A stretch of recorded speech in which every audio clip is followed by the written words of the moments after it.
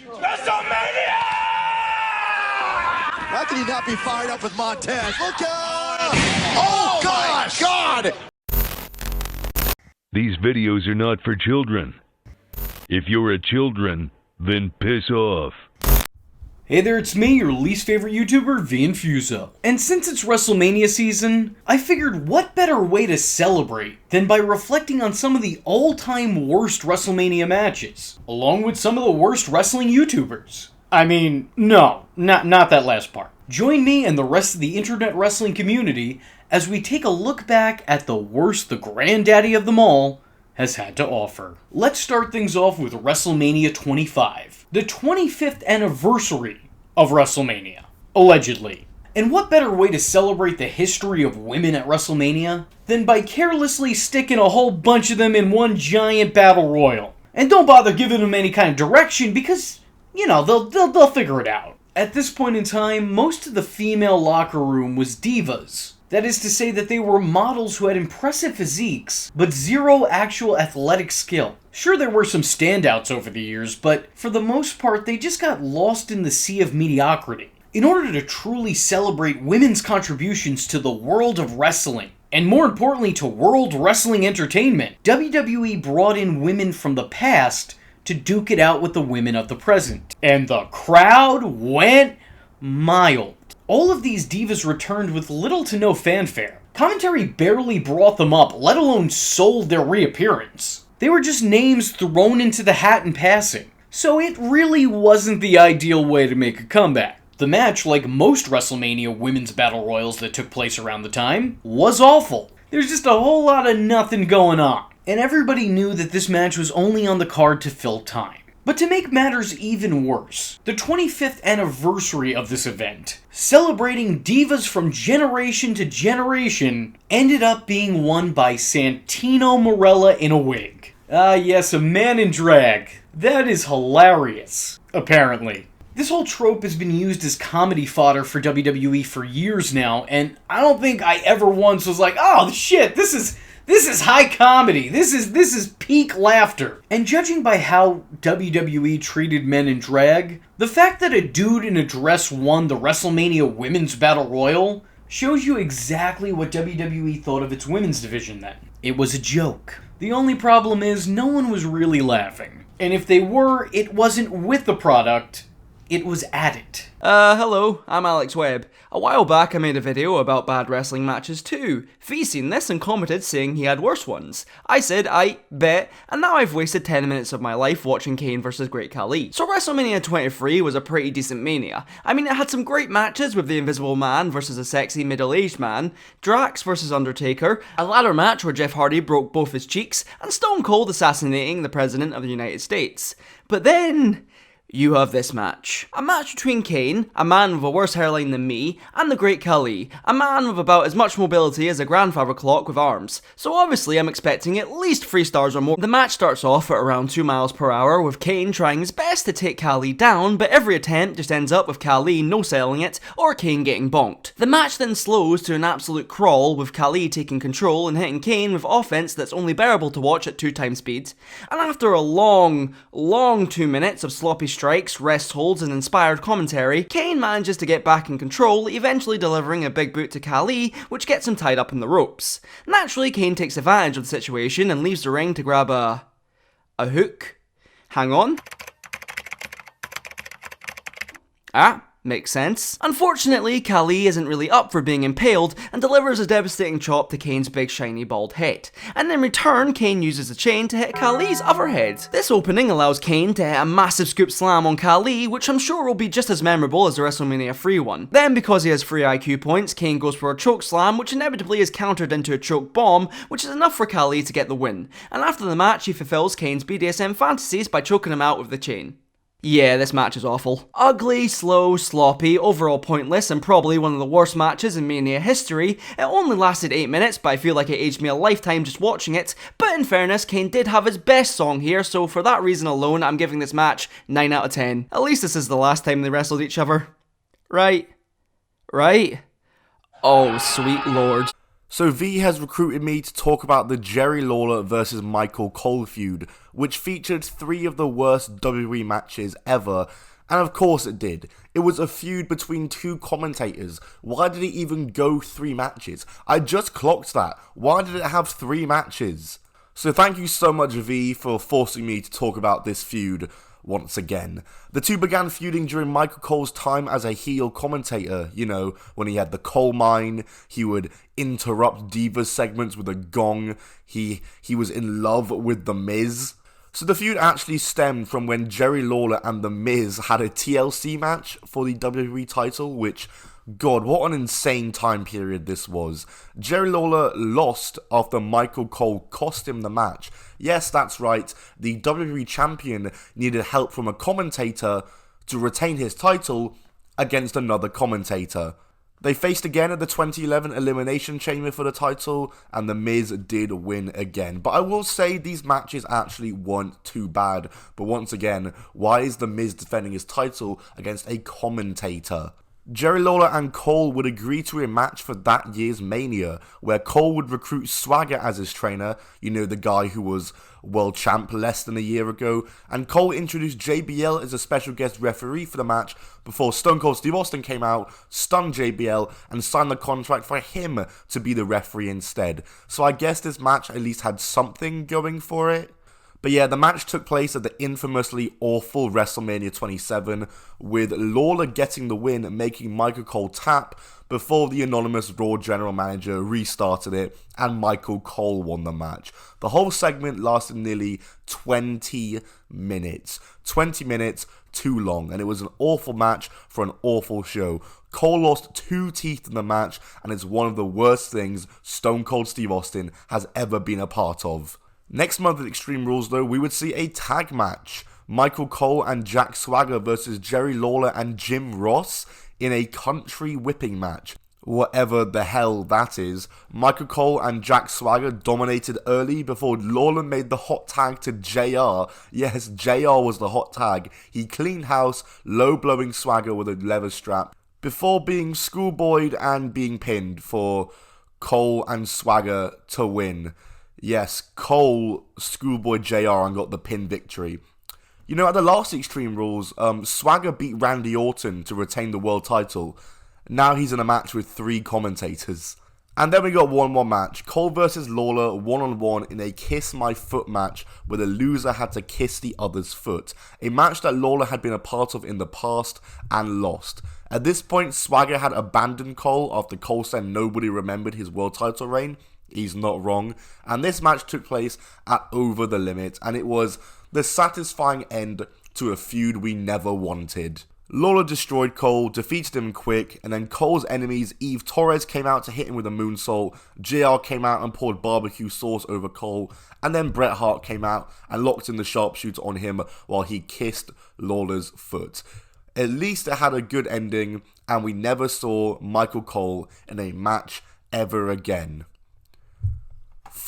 This next entry is on this list for the lack of logic that went into crafting such a match. Never mind what happened from bell to bell, and by the way, spoiler alert, it wasn't a lot, but the fact that somebody thought putting a professional actor in a professional boxing ring against a professional wrestler was a good idea has solidified such a match's spot on such a list. Mr. T versus Roddy Piper in a boxing match at WrestleMania. So who was it? Who's the genius that said, let's make this happen? What vision they must have. Hopefully since then they've gotten prescription. This was a very confusing, long-standing rivalry, being a big part of what made WrestleMania 1 so great, and being a big part of what made WrestleMania 2 suck. There were a lot of other contributions to that as well, so there is that. Now the promos leading into this match were pretty great.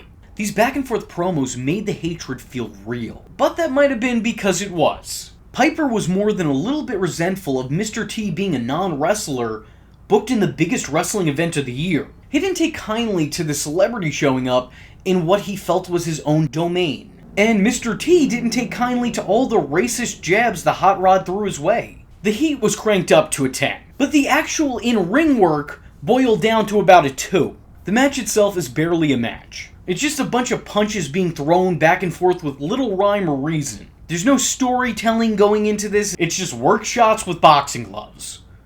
And the match ended in a disqualification anyway after Roddy Piper body slammed his opponent, which of course is against the rules in a boxing match. And if you needed any further proof that boxing never works in a wrestling environment, feel free to watch the Brawl for All. 27 seconds left. There's the right hand, folks. It's over. Goodbye. It's over. Another one. So I'm back again on the Big V channel. I know it's been a while, but I've not forgotten about V's ugly smile. He asked me to jump on this because he wants me to watch another crap pile. So vile it's worse than Carlisle. A real trial, like V leaving the house dressed in his style. After all of this, I'm going to pick up my phone and give his girl a dial. I'm the Hawk, Marky D123. I mostly watch and review obscure wrestling stuff. In fact, V Infuso appears in several of my videos in the crowd doing drink and drugs. It's a real highlight. He forced me to look at the Undertaker vs Giant Gonzalez at WrestleMania 9. I felt physically sick and I ignored him for a week. I've got a cold, I can't speak. Then I hit myself with a brick and I got on this quick. Taker first came face to face with Double G at the Rumble. He wasn't invited, but he caused the Taker to tumble. Out the ring he went and off to Nevada they were sent. So at WrestleMania, the first thing we get to see is the worst attire. It's worse than V's. Gonzalez has an ugly naked costume from his head to his knees. The dead man comes to the ring in a cart with a hawk on his shoulder and Bearer the only man who holds the key to his heart. Taker no-sells his punches and hits some of his own, which makes the Giant moan. They choke each other in the corners, the Giant smacks him in the zone, but it barely affects the Taker's bone. He goes old school, Gonzalez doesn't leave his feet. He flattens the Taker, his clothesline looked neat. Lots of boring, slow-ass moves. A chin lock 2 minutes in didn't make me grin.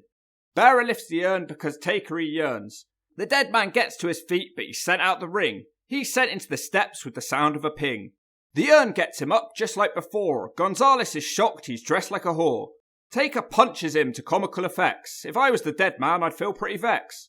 A rag with chloroform is thrown in the ring. Giant Gonzalez knocks him out with a grin. The ref calls for DQ. Part of Taker's streak, who would have knew? Everyone's confused, why was it so bad? At least it's over, now I feel glad. Gonzalez chokeslams a referee. I wish I was blind and I didn't have to see. They wheel the Taker away in another cart. Thanks for coming, Taker, it's time to depart. But Undertaker wakes up and he comes back out. Gonzalez starts to scream and shout. Taker hits him, but he won't go down. He has to force him to the mat. Who is this clown? The police take the Giant away. This match was so bad it made me spray. Anyway, thanks for having me on the V Infuso channel. It was the biggest, highest point of my year so far. Subscribe to the Hawk or I'll make you squawk. Thanks for coming. Don't let the door hit you on the way out, you nerd. Alright, first off, a big thank you to V Infuso for having me back on his channel. It's a great honor, and if all of you can go out and check out my channel, Dave Knows Wrestling, I would also very much appreciate that as well, especially if you could subscribe. Anyway, let's get down to the nitty-gritty of why we're here today, and that's Bret Hart versus Vince McMahon or WrestleMania 26. Now, this happened on March 28th, 2010. So to just put this into a little bit of historical context, this was Bret Hart's last WrestleMania match, at least as of this recording, and he had just returned to the company in January of this very same year, for the first time ever since the Montreal Screwjob, which happened on November 9th, 1997. Upon his return, WWE did have several problems that they needed to address. Number one, they definitely had to acknowledge the screwjob, and number two, they also had to deal with the problem that Bret was, for all intents and purpose, retired, as Bill Goldberg saw that his full-time career definitely came to an end in 2000, just 10 years earlier. So with this, you have a Bret Hart who is now in the company, but he really can't be taking any bumps, but at the same time, people want to see him in action, so what do? Well, the answer, as always for Vince McMahon, is sports entertainment. For me, this entire feud can be summed up by saying, well, it was too much wrestling, but not enough wrestling, if you catch my drift. In order to set the context and hide the fact that Bret really couldn't be wrestling anymore and can't be taking any bumps, they added a lot of story with twists and turns that really didn't need to be done and also was kind of convoluted at best. Now, to start this storyline off, they set you up to think that Vince and Bret were going to make nicey nice, only for McMahon to turn on Bret and kick him straight in the sharpshooter. This was then followed by a back and forth of Bret wanting to have a match with Vince McMahon at WrestleMania, which he accepts, then he refuses, to then be followed up by Bret getting into a car accident, busticating his leg, Vince McMahon seeing that Bret is wounded and says, "Sure, I'll wrestle you," only for it to be a swerve where Bret Hart's leg is just fine. So anyway, after all this nonsense, the match was set for WrestleMania, but it was to be a no-holds-barred match. And then we go to the night of the show, where Vince McMahon tries yet again to get the advantage in his favor, as he says that he paid off the entire Hart family to be the lumberjacks for their match, and for Bret's brother Bruce to serve as the special guest referee. Only for it to be revealed that the entire Hart family got paid up front and put all the money in their bank accounts, and they were on Bret's side all along. As if you couldn't see that one coming. And then the bell rings and the match is underway. Now Bret came out to the ring in just regular street clothes, as they were really pitching this as a street fight rather than an actual wrestling match. Which again was being done to hide the fact that Bret really couldn't take any bumps, as this was mostly just a beatdown. But with Bret not being able to take any hits, they had to nuke the drama somehow, so the biggest point of the opposition for the heel in this match came from when Vince McMahon went under the ring to get a crowbar, which was quickly used against him. And something else done to give a little variety to the match, the entire Hart family got involved, getting to beat down Vince McMahon, including a sick top rope heart attack from Tyson Kidd. And also, another thing that Bret did throughout the course of the match was he teased the sharpshooter. Now the first time he goes for it, the audience just loses their mind. But after so many times of Bret just kicking Vince, they kinda got the hint and stopped getting excited for it. Oh, but I do have to say, they did perk right up again as soon as Bret started giving to Vince with a steel chair, and that chair took a brutal beating. Then, not surprisingly, it finally ends with Bret applying the sharpshooter and Vince McMahon tapping out. Although, I do have to admit, I think there was something of a missed opportunity here, as they could have done a reverse screw job where Bruce magically doesn't see Vince McMahon tapping right away and makes him suffer in the hole for just a little while longer until he eventually calls for the bell. But there you go, that was the match. Now personally, I think they could have worked things out just a little bit better, especially since this was an 11-minute bout, and I think that's just a little bit too long. A short, quick, simple 5 minutes would have sufficed for me. Oh, and I also want to say that I think the commentary really didn't help this match either, especially because they really could have used JR with his emotion to really sell the bout. But instead we had Matt Striker, who called Diana British Bulldog's wife even though they had been divorced for 10 years at that point. Oh, and also, it was kind of weird hearing Jerry Lawler not being mean to Bret, especially considering their long-standing rivalry. Alright, so now, just a few interesting side notes before I wrap things up. Number 1, this was Bret Hart's first WrestleMania match since WrestleMania 13, where he faced Stone Cold Steve Austin, meaning that Bret's last 2 WrestleMania matches were between Austin and McMahon. Pretty interesting. Secondly, I do want to point out that Stu Hart was indeed inducted into the Hall of Fame that year. And lastly, I also want to point out that at over 72,000 people in attendance at Glendale, Arizona, this was actually Bret Hart's highest attended WrestleMania match ever. But alright, anyway, there you have it, Vince McMahon versus Bret the Hitman Hart, WrestleMania 26. Thank you so much to V for allowing me to be on your channel, and again, please check out my channel, Dave Knows Wrestling. Anyway, V, back over to you. And lastly on today's episode, we have what I think has to be the worst retirement in all of professional wrestling history. Kurt Angle was one of the best professional athletes and entertainers to ever lace up his boots and enter a squared circle. Oh, it's true. It's damn true. And yet, when it was time to hang up those boots, well, the display made me want to choke myself with their laces. WWE decided to properly honor Kurt Angle by giving him a goodbye tour. Giving this guy the opportunity to compete against some of the biggest names he faced during his illustrious career is one hell of a way to close out that career. But a lot of these matches failed to live up to the hype. And it wasn't due to Kurt's in-ring performance, it was due to the piss-poor booking behind it. Unfortunately for us, the worst was still yet to come. WWE, in their infinite wisdom, decided to put the Olympic gold medalist against a local Applebee's host. This alone was an awful decision, because Angle and Corbin had already feuded, and it seemed like that feud had died down by now. On top of that, it's not even a feud that exactly captivated audiences anyway. It was one that they tolerated, hoping that something good would come on after. You would also think that Kurt Angle's final goodbye would either be against someone he's had incredible matches with over the years, or against someone that he could put a classic on with. Instead, we got Baron Corbin. The match was a really short affair, with absolutely nothing of note happening. This moment, which should have been the final exclamation point on a storybook career, kinda just ended in a run-on sentence that lacked a period. Nothing really happened throughout the match, and nothing really came of it. You would think that this would be something Baron Corbin could brag about for a while, but no. He mentioned it once on the next Raw, and then that was it. He's just the guy who beat Kurt Angle in his last match. The two guys had no chemistry in the ring, nothing was done in the match that was impressive, and it's impressive how little was done after it. With all that being said, I want to thank everyone who contributed to this WrestleMania-sized video. I actually have a few more entries to use, so who knows? Maybe this video will get the WrestleMania treatment and get a night too. Thank all of y'all for contributing, and I thank all of you for joining me. But most importantly, I hope to see you in the next one. I am vengeance. I am the night, and that was V Infuso. Just remember, if you're not tuning in, then you're missing out. So, if you like the words that came out of his mouth hole, and you too would like to become a V-generate, don't forget to like and subscribe. Thanks for watching, nerds! And if you're not joining the fun, you're in for one bad day. And you know what they say about having one bad day?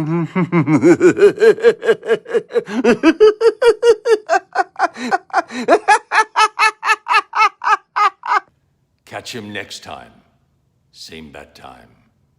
Same bat channel.